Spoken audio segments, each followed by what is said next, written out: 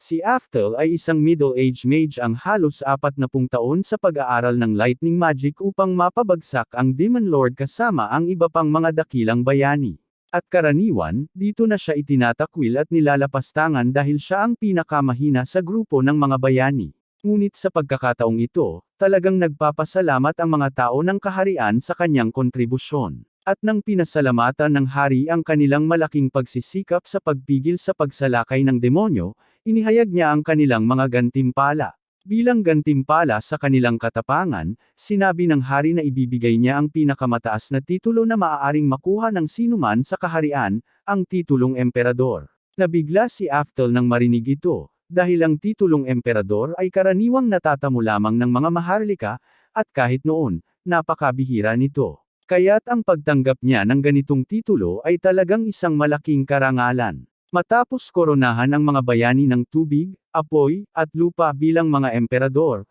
lumipat siya kay Aftel, at sinabi niya na kahit hindi ang pinakamalakas na mage si Aftel, lahat ay kinikilala na hindi kailanman mananalo ang grupo ng mga bayani kung wala ang kanyang tulong, kaya't makakatanggap din siya ng titulong emperador, at mas masaya si Aftel kaysa dati dahil ang sandaling ito ay ginagawang sulit ang lahat ng mga sakripisyong ginawa niya para sa kanyang pagsasanay. Ilang taon ang lumipas, at si Aftel ay isa ng retiradong matandang lalaki na nakatira sa kanayunan, at ginugugol niya ang karamihan sa kanyang mga araw sa pagsasanay sa mga batang kanyang inampon sa mga nakaraang taon. Para sa aralin ngayon, pinapagawa ni Aftel sa mga bata na mag-practice ng kanilang mga magic formations habang may balanse ng mga bato sa kanilang mga ulo bilang paraan upang turuan silang mapanatili ang kanilang konsentrasyon. Ang ilan sa mga bata ay nahirapan dito sa simula, pero lahat sila ay natutunan ito pagkatapos ng ilang sandali, at nang masiyahan si Aftel, sinabi niya sa kanila na maaari na silang magpahinga. Pagod na ang mga bata, at pinuri sila ni Aftel sa kanilang pagsisikap, pero pagkatapos, sinabi niyang gusto niyang makita silang nag-e-ensayo ng level 4 na mahika na itinuro niya sa kanila noong nakaraang linggo. Gayunpaman, sa sandaling natapos na sabihin yun ni Aftel, nagsalita si Merlin at tinanong si Aftel kung sigurado ba siyang gusto niyang magpatuloy ng hindi muna nagpapahinga para sa kanyang sarili. Nakikita ni Aftel na talagang nag-aalala si Merlin para sa kanya dahil tumatanda na siya, pero pinapakalma niya si Merlin na kaya pa rin niyang yumuko ng walang tunog ng bubble wrap, kaya kahit kaunting pagtayo ay hindi siya mapapagod. Naalala ni Aftel ang araw na una niyang nakita si Merlin. Siya ay anak ng isang demonyang babae na nahuli sa isa sa kanyang mga laban. Kahit na si Merlin ay isang demonyo, nagpasya si Aftel na alagaan siya dahil wala namang paraan na makaligtas siya mag-isa dito. At kahit na marahil ay masyado pang bata si Merlin para maalala ang alinman dito, sigurado si Aftel na tiyak na pinatay niya ang 12 ng mga miyembro ng pamilya nito noong digmaan, kaya't nakakaramdam siya ng kaunting pagkakasala kapag tinitingnan siya ni Merlin ng may ganitong taos-pusong pag-aalala. Sa ngayon, nagpasya si Aftel na ipagpatuloy ang aralin at sinabi sa lahat na maghanda na muling pag-aralan ang mga level 4 na spells, ngunit sumingit si Merlin at tinanong si Aftel kung maaari ba niyang ituro sa kanila ang ilang level 6 na magic ngayon. Hindi maintindihan ng ibang mga bata kung bakit gustong matutunan ni Merlin ang level 6 na mahika kahit na kahapon lang tinuruan sila ni Aftel ng level 5 na mahika, at medyo nalilito rin si Aftel dahil hindi niya inaasahan na tatanungin siya tungkol doon. Nakikita niya na sabik si Merlin na matuto, pero sinabi niya rito na walang dahilan para magmadali dahil matutunan din niya ang level 6 na mahika sa tamang panahon, at sa ngayon. Gusto lang niyang ipagpatuloy niya ang pag-eensayo sa mga alam na niya dahil napakahalaga ng mga batayan. Medyo nadidismaya si Merlin nang marinig niya yun dahil gusto niyang matutunan ang mahika ng mabilis hanggat maaari, pero nauunawaan niya ang punto ni Aftel at pumayag na mag-focus muna sa mga batayan. Mamaya, makikita natin si Merlin sa pasukan ng isang malalim at madilim na gubat, at halatang takot na takot siya, pero pinipilit niyang maging matatag at harapin ang kanyang mga takot upang mapatunayan ang kanyang sarili. Plano ni Merlin na patayin ang isa sa mga halimaw na nagkukubli sa kailaliman ng gubat upang mapatunayan na karapat-dapat siyang tawaging pinakamahusay na estudyante ng emperador ng kidlat. Sa ganitong paraan, makakapagturo na siya sa ibang mga bata at hindi na kailangang magtrabaho si Aftel kaya't sa wakas ay makakapagpahinga na siya at masisiyahan sa kanyang pagre-retiro. Alam niyang hindi hihilingin ni Aftel na gawin ito, pero gusto ni Merlin na tulungan siya sa anumang paraan na makakaya niya. Nasa tamang lugar ang puso ni Merlin pero malinaw na wala siyang sentido komon, dahil hindi pa lumilipas ang 10 minuto, tumatakbo na siya para sa kanyang buhay na sinusubukang makatakas sa gubat dahil nakasalubong niya ang isang halimaw na lobo,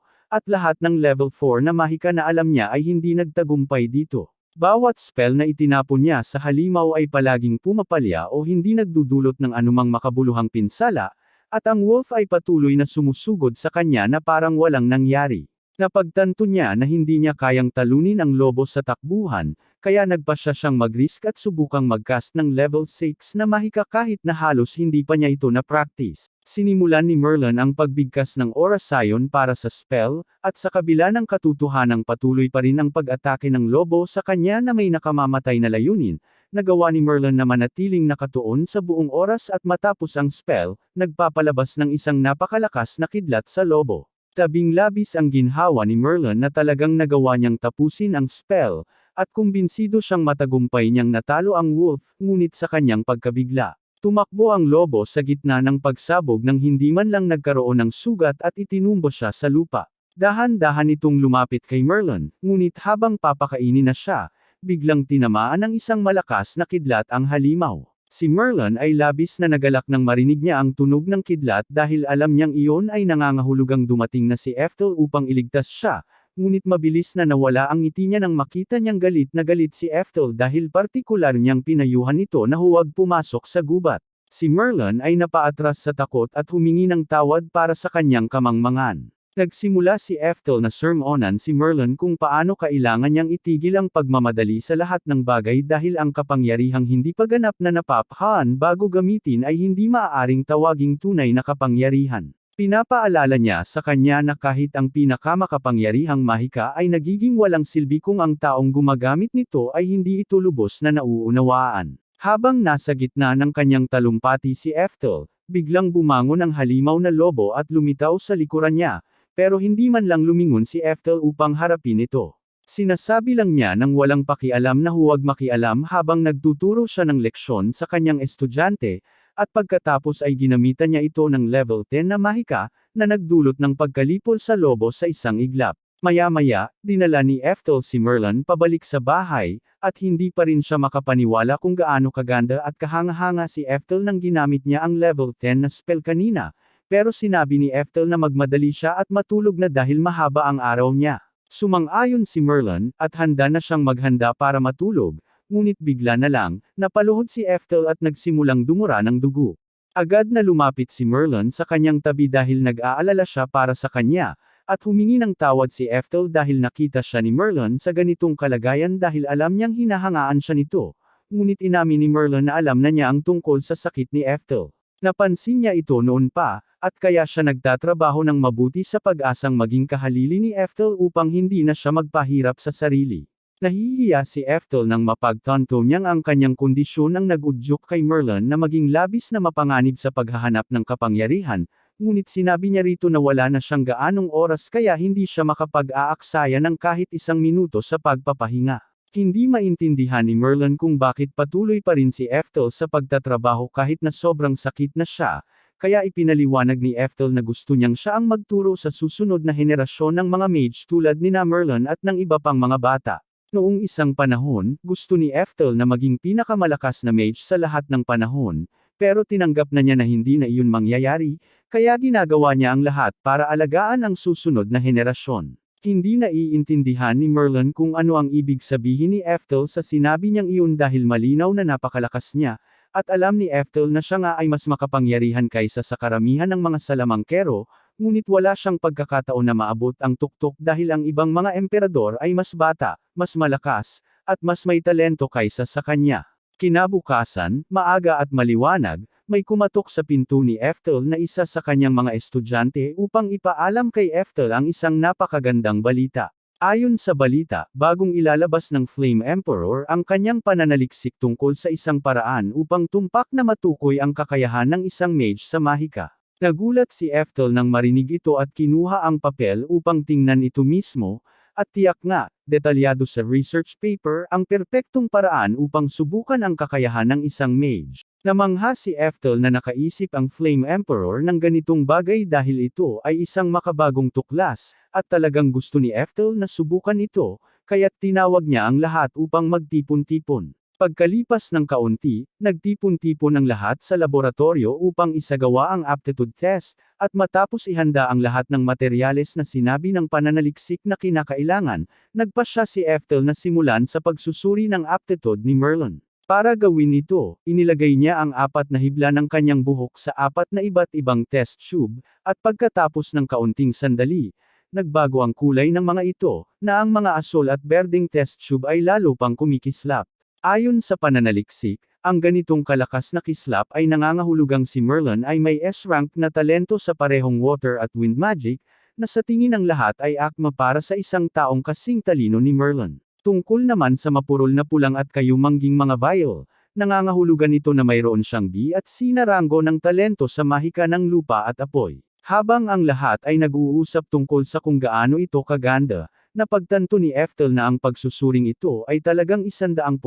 tumpak dahil tugma ito sa lahat ng nakita niya mula sa pagsasanay ni Merlin simula pa noong siya ay sanggol. Sa kasalukuyan, ang tanging paraan para matuklasan ng mga mage ang kanilang kakayahan ay ang mag-practice ng lahat ng anyo ng mahika hanggang sa huli ay may 1 o 2 anyo na lalampas sa iba. Ngunit sa pamamaraang ito, dapat ay posible nang suriin ang mahikal na talento ng isang mage mula pa sa kapanganakan upang ma-optimize nila ang kanilang pagsasanay at maging mas malakas kaysa sa kung ano ang magiging resulta kung hindi nila ito ginawa. Dahil mukhang tunay na mahalaga ang pagsusuring ito, sinabi ni Eftel na gusto niyang subukan ito sa susunod, at sa simula, hindi nakikita ni Merlin ang dahilan kung bakit ito kailangang gawin dahil alam na nila na siya ang Thunder Emperor, pero gusto ni Eftel malaman kung talagang mayroon siyang kakayahan na maging pinakamagaling. Sa mga nakaraang taon, kinailangan niyang magtrabaho ng ilang beses na mas mabigat kaysa sa lahat ng iba pa para lang makasabay sa kanila, at nang matapos ang pagsusulit, nalaman ni Eftel kung bakit. Dahil wala siyang kahit anong talento. Naiwan si Eftel sa labis na pagkabigla dahil ang mga vial na nananatiling malinaw ay nangangahulugang wala siyang kahit isang piraso ng talento sa mahika sa kanyang katawan, at sa simula, ganap na tinanggihan ni Eftel ang resulta at inisip na nagkamali siya sa mga hakbang para sa pagsusuri, ngunit gaano man karaming beses niya itong sinubukan, nananatiling pareho ang mga resulta. Napipilitang harapin ni Eftel ang katotohanan na ang dahilan kung bakit hindi siya umabot sa taas ng ibang emperador ay hindi dahil hindi siya nagsikap ng sapat, dahil pinabayaan siya ng mga espiritu ng tuluyan. Ang pakiramdam ng pagtataksil na nararamdaman niya ay napakalalim na nagkaroon siya ng atake sa puso at nahulog sa lupa. Pagkalipas ng ilang panahon, si Eftel ay naging bedridden habang lumalala ang kanyang kondisyon, at sa kanyang huling mga sandali, siya ay nagmumura sa kung gaano unfair ang kanyang buhay dahil patuloy siyang umaasa at naniniwala na kung magtatrabaho siya ng mabuti, magiging pinakamagaling na mage siya sa lahat ng panahon, ngunit lumalabas na ang kanyang pangarap ay sinumpa mula pa sa simula. Di nagtagal, namatay na si Eftel, ngunit sa kanyang pagkamatay, na-activate ang kanyang pangalawang kasanayan sa muling pagsilang, at siya ay dinala sa makalangit na kaharian upang makatagpo ang Diyosa ng muling pagsilang. Ganap na nakalimutan ni Eftel na mayroon pa siyang kakayahang iyon mula pa noong una siyang na-reincarnate sa mundong ito mahigit 50 taon na ang nakalipas, at ngayon ay medyo nahihiya siya sa pag-iyak sa kanyang huling sandali kanina. Malugod na tinanggap ng Diyosa ng muling pagsilang si Eftel dahil matagal na mula nang huli siyang makita, at sinabi niyang labis siyang humanga sa kung gaano siya kalayo nakarating sa buhay na ito sa kabila ng kawalan ng anumang mahika sa kanyang katawan, ngunit bukod dito, oras na para sa pangalawang muling pagsilang ni Eftel. Kaya't tinanong siya ng Diyosa kung gusto ba niyang bigyan siya ng murang 2x growth skill para hindi na siya magdusa sa bottleneck sa susunod,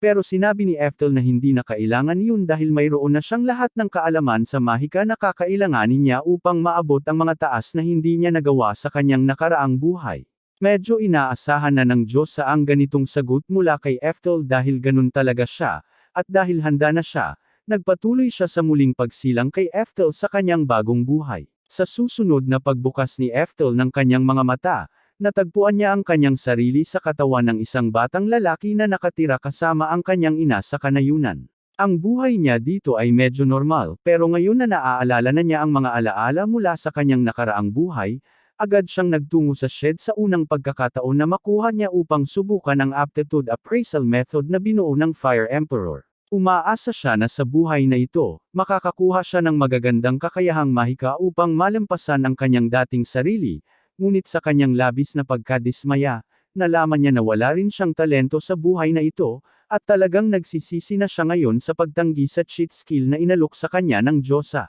Dahil siya ay walang talento muli, naiisip niya na magtatapos siya sa bottleneck pagkatapos matutunan ang 10th level na mahika tulad ng ginawa niya sa kanyang nakaraang buhay. Ngunit habang siya ay nasa gitna ng pagdaramdam sa kanyang mediocre na kapalaran, bigla niyang napansin ang isang dragon na lumilipad sa itaas, at mukhang diretso itong papunta sa lungsod. May isang grupo ng mga kabalyero na sinusubukang pigilan ang dragon, kaya't sinubukan ni Eftel na tumakbo patungo sa kanila upang tumulong, ngunit napagtanto niya na siya ay isang 4 na taong gulang pa rin dito. Siguro kayang-kaya niyang talunin ang dragon na iyon sa isang iglap kung nasa rurok siya ng kanyang lakas, pero sa katawan ng isang bata, wala siyang kakayahang ipagkaloob ang kanyang orihinal na 10th level na mahika. Gayunpaman, habang iniisip ni Eftel ang tungkol sa kanyang spell, biglang nag-react ang kanyang katawan, at ang spell na ginugol niya ang buong nakaraang buhay sa pag-develop ay aksidenteng nakast, na tumama sa dragon sa isang iglap. Ang mga kabalyero ay nagtipon-tipon sa paligid ng nahulog na dragon, at talagang naguguluhan sila dahil wala silang ideya kung paano napatumba ang dragon, at sa totoo lang, ganoon din si Eftel dahil hindi niya kailanman naisip na mapapanatili niya ang mga kasanayang nakuha niya sa rurok ng kanyang nakaraang buhay sa bagong katawan na ito. 3 taon na ang lumipas mula nang muling isilang si Eftel sa katawan na ito, at sa pamamagitan ng pag-aaral, nalaman niya na nasa parehong mundo pa rin siya tulad ng dati, ngunit 400 taon sa hinaharap mula sa nakaraang buhay ni Eftel. Tungkol sa kanyang kasalukuyang pamilya, bukod sa kanyang ina, mayroon din siyang ama sa teknikal na aspeto, ngunit hindi pa niya ito nakita kailanman. Ang pangalan ng kanyang ama ay tila Duque Orchid, at siya ay isa sa mga inapo ni Eftel, kaya umaasa siyang makikilala niya ito, ngunit wala siyang ganitong swerte. Ang kanyang ina ay isa sa maraming kabit ni Orchid, ngunit wala siyang anumang mahika, at hindi siya gusto ng ibang mga kabit, dahil iniisip nila na ang isang walang kakayahan sa mahika ay walang lugar sa isang pamilyang mage, kaya pinapadala siya na manirahan sa gitna ng kawalan, at sa asensya, nangangahulugan ito na hindi rin kinikilala si Eftel bilang miyembro ng pamilya. Napansin ni Fraser na malungkot si Eftel, kaya humingi siya ng tawad sa kung paano ito tinatrato, at sinabi niyang gusto niyang kumbansihin si Orchid na baguhin ang kanyang isip, pero sa ngayon, hindi pa ito naging madali. Tinuturing ni Fraser si Eftel na parang sariling nakababatang kapatid, ngunit sa katotohanan, si Fraser ay kalahating kapatid lamang ni Eftel dahil si Fraser ay pangalawang anak ng lehitimong asawa ni Orchid. Naawa siya sa sitwasyon ni Eftel at ng kanyang ina at tumutulong na siya sa kanila paminsan-minsan sa loob ng ilang panahon, kaya't nagustuhan siya ni Eftel at iniisip na mabuting tao si Fraser. Nagbigay na si Fraser ng kaunting pera para matulungan silang makaraos sa buwan, pero tinanong niya sila kung may iba pa silang kailangan bago siya umalis,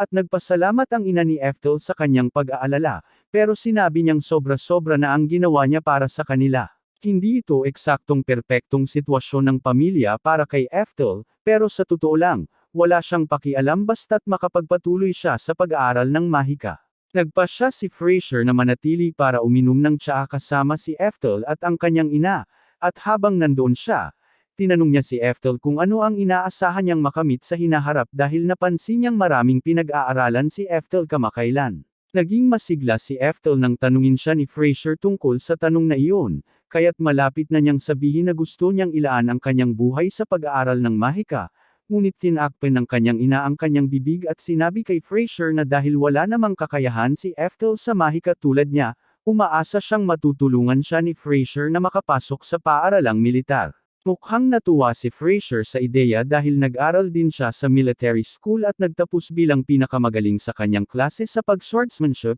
kaya iniisip niyang magiging perpekto ito para kay Eftel. Sa katunayan, dahil may oras siya ngayon, tinanong niya si Eftel kung gusto nitong pumunta sa likod at mag-practice ng ilang swordsmanship habang naghihintay, at bago pa makasagot si Eftel, sinabi ng kanyang ina na gusto niya yon. Maya-maya, nasa likod bahay si Eftel kasama si Fraser, at pinapagawa siya ni Fraser ng ilang mga pangunahing ehersisyo sa paggamit ng espada. Sumasang-ayon si Ethel sa ngayon dahil nakikita niya kung gaano kasabik si Frasier na papasok siya sa paaralang militar tulad niya, at sigurado siya na bahagi nito ay dahil isinasaalang-alang ni Frasier ang kakulangan ni Ethel sa mahika. Pero sigurado si Ethel sa gusto niya, kaya kung sasabihin niya kay Frasier na gusto niyang mag-aral ng mahika, tinitigan ni Frasier si Ethel nang may awa sa kanyang mga mata dahil iniisip niyang nagiging ilusyonal lang ito, at sinubukan niyang ipaliwanag dito na walang masama sa pagtanggap na may mga bagay na hindi ka talaga magaling, pero iginiit ni Ethel na gusto niyang pumasok sa Magic Academy kahit ano paman, kaya nagmungkahi si Frasier ng isang hamon. Sinabi niya kay Ethel na magbabalak siyang mag-cast ng spell, at kung magagawa ni Ethel na ulitin ito,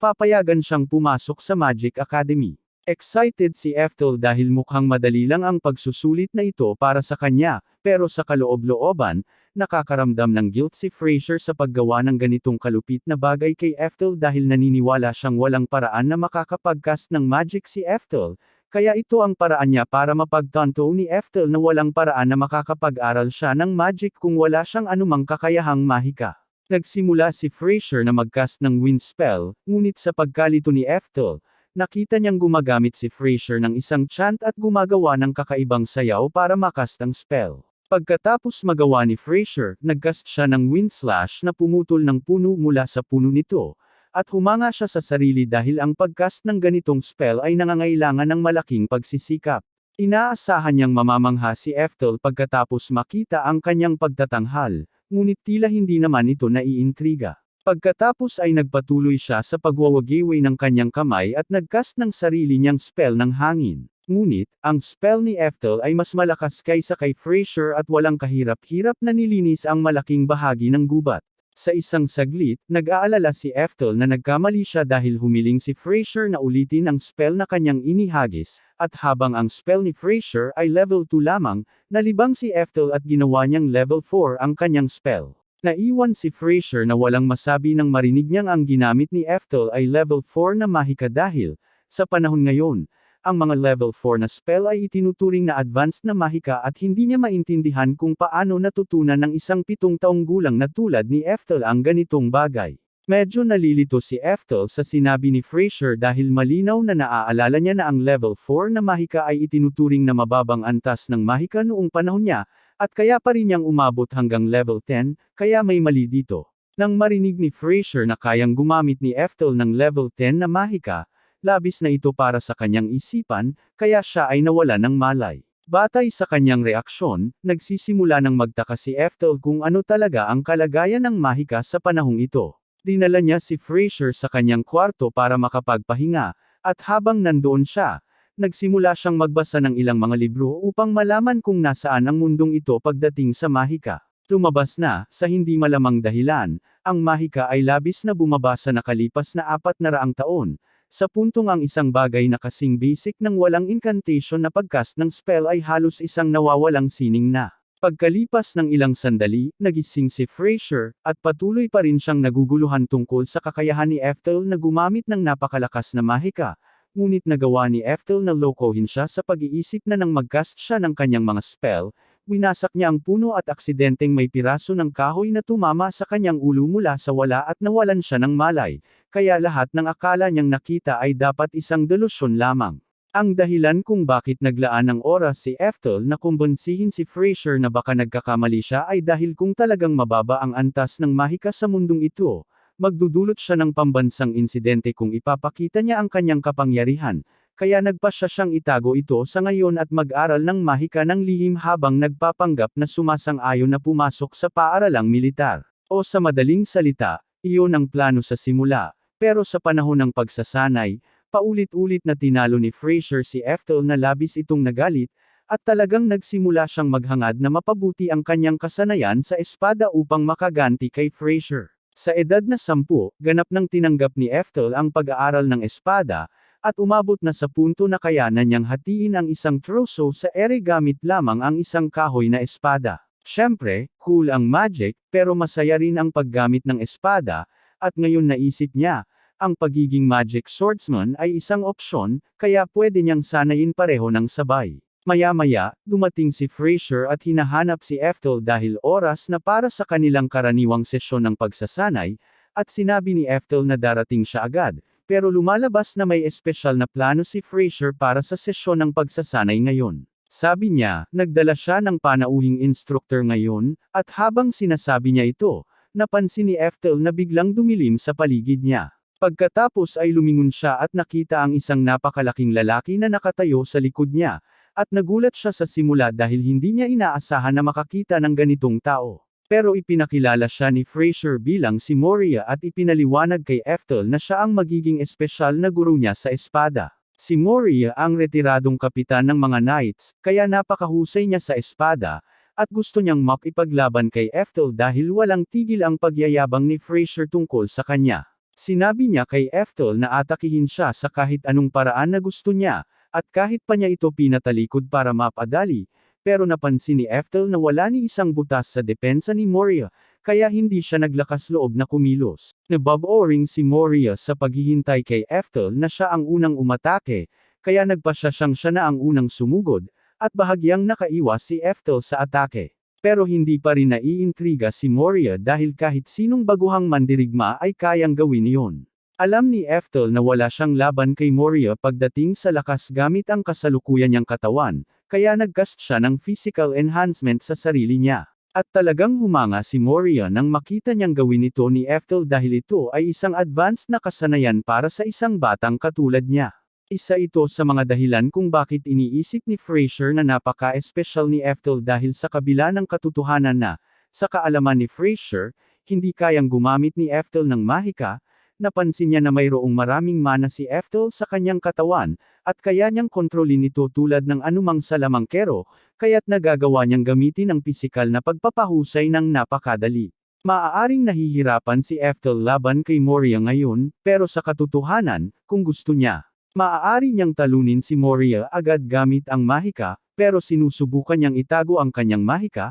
at saka, ayaw niyang manalo sa ganung paraan. Gusto niyang manalo sa pamamagitan ng kanyang mga kasanayan sa martial arts. Sinalubong niya si Moria pero sinagot ito ni Moria ng isang malakas na hampas, at kahit na nablock ito ni Ethel, siya pa rin ay natutulak pababa sa bigat ng hampas. Iniisip ni Moria na ito na ang checkmate dahil, kahit na may pisikal na pagpapalakas, hindi sapat ang lakas ni Ethel para talunin siya sa isang harapang laban, ngunit sa kanyang gulat, sa gitna ng laban, biglang inikot ni Ethel ang kanyang espada sa gilid, na nagdulot kay Moria na madulas pasulong, at pagkatapos ay ginamit ni Ethel ang momentum ni Moria laban sa kanya upang itapon siya sa lupa gamit ang judo. Moria ay halos hindi makapaniwala sa nangyari, ngunit matatag siya upang aminin kapag siya ay talo ng patas, kaya't binabati niya si Ethel sa kanyang tagumpay at sinasabi sa kanya na pumasa siya sa pagsusulit. Hindi alam ni Ethel kung ano ang sinasabi niya dahil akala niya ito ay isang karaniwang paligsahan lamang,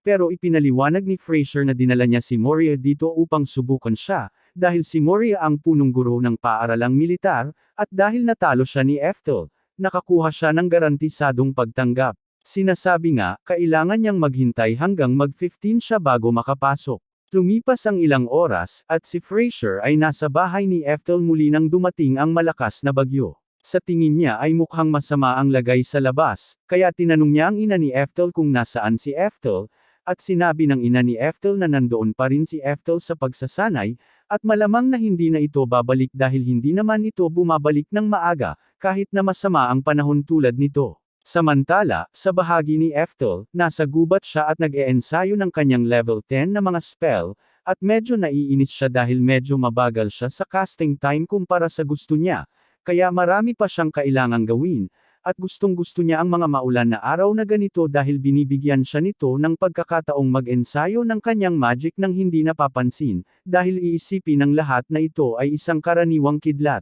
Gayunpaman, hindi niya naisip ang posibilidad na may maghahanap sa kanya dahil isang sandali lang ang lumipas, si Frasier ay tumakbo papunta sa kanya, at siya ay natatakot dahil nakita niya ang nakakatakot na kidlat na tumama malapit kay Ethel. Tinanong siya kung okay lang siya, at sinabi ni Ethel na ayos lang siya, pero nagsimula si Frasier na sermonan siya kung gaano kahalaga na siguraduhing hindi siya masasaktan dahil mag-e-enroll siya sa military school sa susunod na taon. Nang marinig ni Ethel si Frasier na pag-usapan ang paaralang militar, Naaalala niyang wala na siyang gaanong oras, at kahit hindi pa niya ito napag-uusapan sa kanyang ina o kay Frasier, napagpasyahan na niyang hindi siya makakapunta sa paaralang militar. Naiintindihan niya na dahil karaniwan na ang mga pagsusuri sa kakayahan sa mahika, magiging mahirap para sa kanya na makapasok sa akademya ng mahika, pero gusto pa rin niyang subukan. Pero hindi niya alam kung paano ipapaliwanag iyon kay Frasier at sa kanyang ina,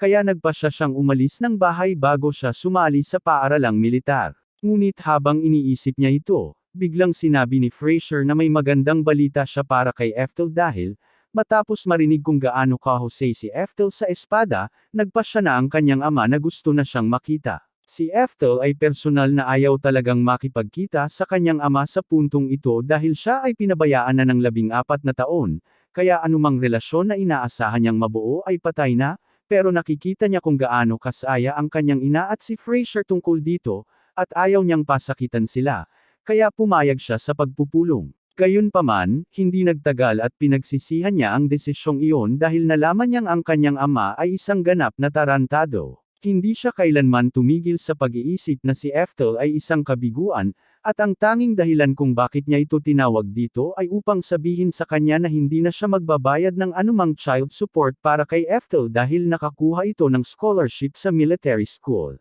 At habang nandito siya, pinapakiusapan din niya ang isa pa niyang anak na makipag-sparring kay Ethel, na may balak na masaktan ito dahil lang sa hindi niya gusto ang bata. Lahat sila ay lumabas habang ang duelo ay nakatakdang magsimula. Ngunit bago sila magsimula, binalaan ni Frasier si Ethel na kahit na ito ay isang peke na laban, kailangan pa rin niyang mag-ingat dahil si Joaquin doon ay talagang magaling, at siya rin ay labis na malupit. Kaya sinabi ni Frasier kay Ethel na kung sa tingin niya ay hindi siya mananalo, dapat siyang sumuko kaagad upang maiwasan ang masaktan. Pinasalamatan ni Ethel si Frasier sa babala at pumasok sa ring kasama si Joaquin, at talagang nagulat si Joaquin na hindi tumakbo si Ethel, pero sinabi ni Ethel na wala siyang balak gawin iyon. Pagkatapos, inihagis ni Joaquin ang isang espada kay Ethel para gamitin niya sa duelo, ngunit nang mahuli ito ni Ethel, napagtanto niyang mas mabigat ito kaysa sa mga espada na sanay na siyang gamitin. Tumatawa si Joaquin at sinabing ang mga tibak na ito ay gawa sa isang espesyal na kahoy,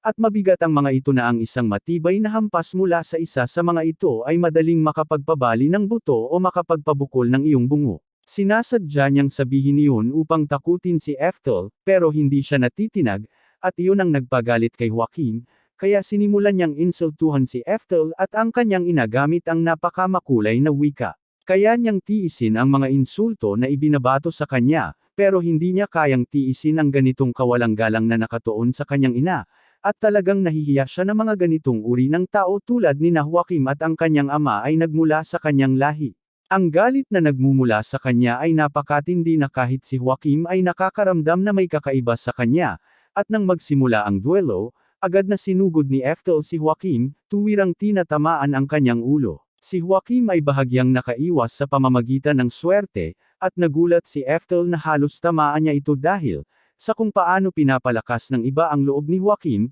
inaasahan niyang mas matindi ang magiging laban nito. Nagbigay pa si Ethel ng ilang mga palo upang subukan ang hangganan ng kakayahan ni Joaquin, at talagang nahihirapan si Joaquin dito. Kakaunti na lang ang nagawa niyang hadlangan ang huling atake ni Ethel, pero lahat ng ginawa ni Ethel ay walang gamit na pisikal na pagpapalakas na mahika. Kaya nang i-activate niya ang pisikal na pagpapalakas, madali niyang naitulak ang kanyang espada sa mukha ni Joaquin at nahulog ito sa lupa. At habang si Joaquin ay nakahiga doon na sugatan at may mga pasa sa kanyang katawan sa hindi makapaniwalang kalagayan, binalaan siya ni Ethel na kung muli niyang insultuhan ang kanyang ina, papatayin siya nito, at hindi siya nagbibiro tungkol dito. Sa anumang kaso, ngayong tapos na ang duelo, sinabi ni Ethel na wala na silang dapat gawin dito, kaya tinanong niya ang kanyang ina kung handa na ba siyang umalis. Medyo nagulat ang ina ni Ethel sa lahat ng nangyari dahil nahihirapan siyang maniwala na talagang ganito kalakas ang kanyang anak,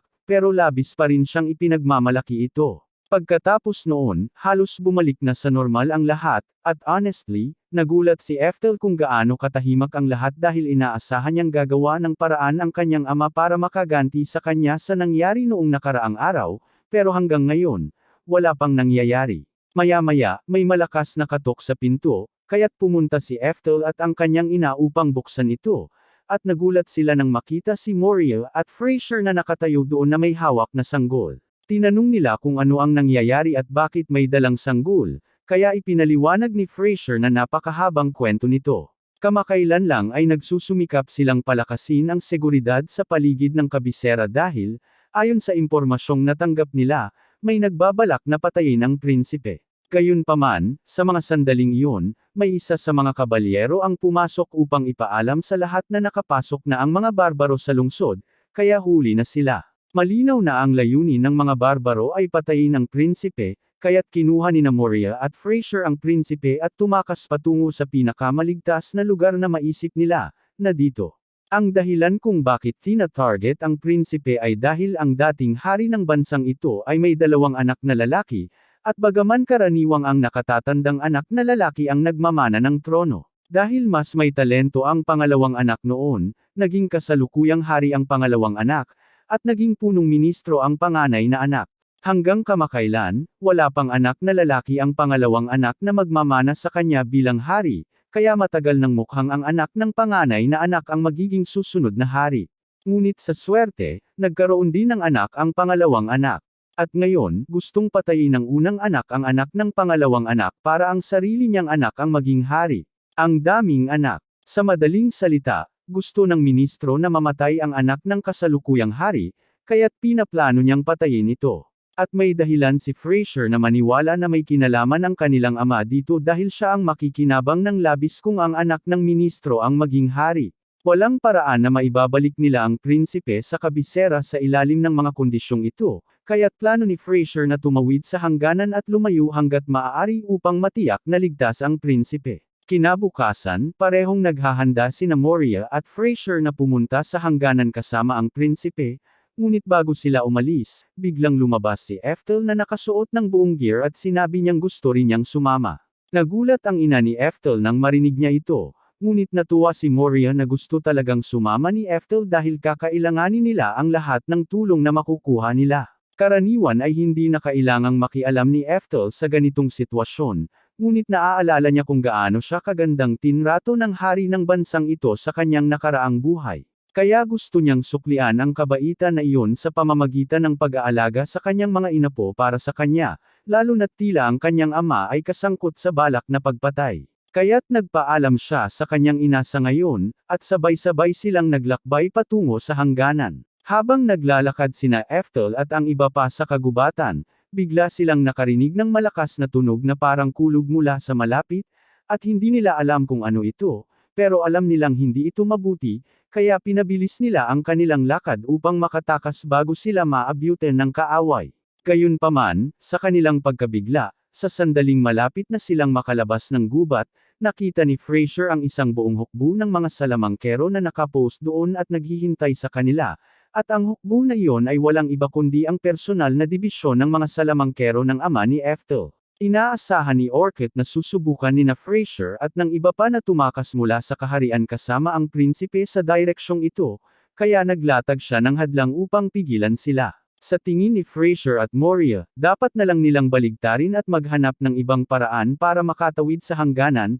pero sa kasamaang palad para sa kanila, ang tunog na narinig nila kanina ay isang spell mula sa Mage Division ni Orchid, at ginamit nila ang spell na iyon para sunugin ang malaking bahagi ng gubat, kaya wala silang mapagtataguan. Hindi rin sila pwedeng manatili dito dahil habang tumatagal, lalong lalaganap ang apoy hanggang mapilitang silang lumabas ng gubat at mapunta sa mga kamay ni Orchid, kaya kailangan nilang mag-isip ng mabilis na plano ng aksyon. Sa tingin ni Frasier, magandang ideya na siya na lang ang pumunta roon at kausapin si Orchid dahil bilang anak ni Orchid, tiyak na hindi siya atakihin ito sa unang kita, at baka handa pa itong makinig sa rason. Hindi nila iniisip ni Moria at Eftel na magandang ideya iyon, at sinabi nila kay Frasier ang tungkol dito, pero kumbinsido si Frasier na hindi masamang tao ang kanyang ama sa kaibuturan, kaya nagpasya siyang ipagpatuloy ang negosasyon. Lumabas siya mula sa gubat na nakataas ang mga kamay upang ipakita na wala siyang dalang armas,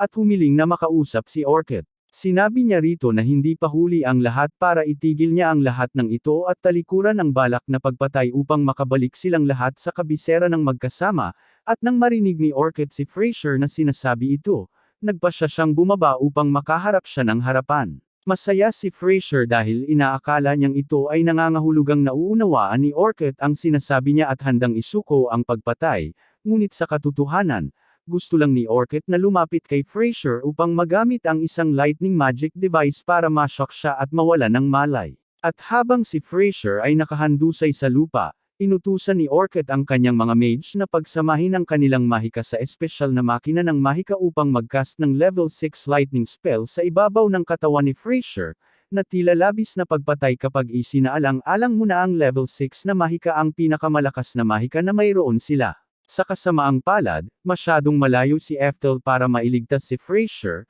at hindi siya makapaniwala na kayang patayin ni Orchid ang kanyang anak ng ganun-ganun na lang sa malamig na dugo para lang patayin ang isang sanggol para sa kanyang hanggal na laban sa kapangyarihan. Balak niyang ipagwalang bahala si Orchid at ipagpatuloy ang kanyang buhay habang iniiwasan siya, ngunit ngayon, nagpa siya si Ethel na si Orchid at lahat ng may kaugnayan sa kanya ay mga maruruming ipis lamang at dapat silang lipulin bago pa sila makapagdulot ng higit pang pinsala. Lumakad siya patungo sa larangan ng digmaan upang tapusin ito ng tuluyan, at ang unang ginawa niya ay nagcast ng level 9 na spell ng yelo upang patayin ang lahat ng apoy. Si Orchid at ang kanyang mga tao ay labis na nagulat nang makita nilang gawin ito ni Ethel dahil hindi pa nila kailanman nakita ang level 9 na mahika, lalo na ang makakita ng isang tao na kayang ipagkaloob ito ng mag-isa. Sumigaw si Orchid sa kanyang mga tauhan na atakihin agad si Ethel, kaya't inihanda nila ang kanilang mga level 5 explosive arrow spells at pinaputok kay Ethel, ngunit sa kanilang pagkabigla, nananatili siyang nakatayo ng walang anumang pinsala kahit na ito ay isang direktang tama. Naiinis si Ethel sa gulat na ekspresyon sa kanilang mga mukha dahil nangangahulugan ito na wala rin silang kaalaman tungkol sa palaging aktibong mahika ng kalasag, at kung ganoon nga, talagang bumagsak na ang mahika ng panahong ito higit pa sa kanyang inaasahan. Hindi makapaniwala si Orchid na talagang nakaligtas si Ethel doon, pero tumanggi siyang sumuko, kaya inutusan niya ang kanyang mga mage na maghanda ng isa pang level 6 na spell para kay Ethel, pero habang ginagawa nila iyon, kailangan lang talagang itaas ni Ethel ang isang daliri para ganap na mapawalang bisa ang spell, at dahil ang level 6 na mahika ang pinakamalakas na spell na mayroon sila, ang makita siyang napakadaling pinawalang bisa ito ay ganap na nagwasak sa moral ng mga sundalo. Pagkatapos, tumakbo si Ethel sa gitna ng pormasayon ng kaaway at nagsimulang maghiwa sa kanila isa-isa. Wala pa siyang pagkakataon na subukan ito sa ibang tao dati, pero ito ang perpektong pagkakataon, kaya pinahiran niya ng magic energy ang kanyang espada at sinubukan itong gamitin upang mag-cast ng level 2 spell sa isa sa mga mage, at talagang epektibo ito dahil naglaho ang lalaki. Matapos makita ni Ethel na pinatay ang napakaraming mga mage ng napakadaling paraan, natatakot ang natitirang mga mage at lahat ay tumakbo para iligtas ang kanilang buhay, ngunit wala talagang balak si Ethel na hayaang makaligtas ang sinuman sa kanila, kaya't itinaas niya ang kanyang braso at inihanda ang kanyang sarili na ipakita sa kanila kung ano ang tunay na alamat na mahika bago, nagcast ng level 10 na lightning spell. Pagkatapos tumama sa lupa ang spell ni Ethel, bawat isa sa mga miyembro ng hukbo ni Orchid ay naging abo, at ang natira lamang ay sina Orchid at Joaquin, hindi dahil sila ay malakas o ano paman, kundi dahil sinadyang lagyan ni Ethel ng kalasag sa paligid nila upang matiyak na hindi sila mamatay. Siyempre, hindi ito nangangahulugang balak niyang ipagkaloob ang kanilang buhay.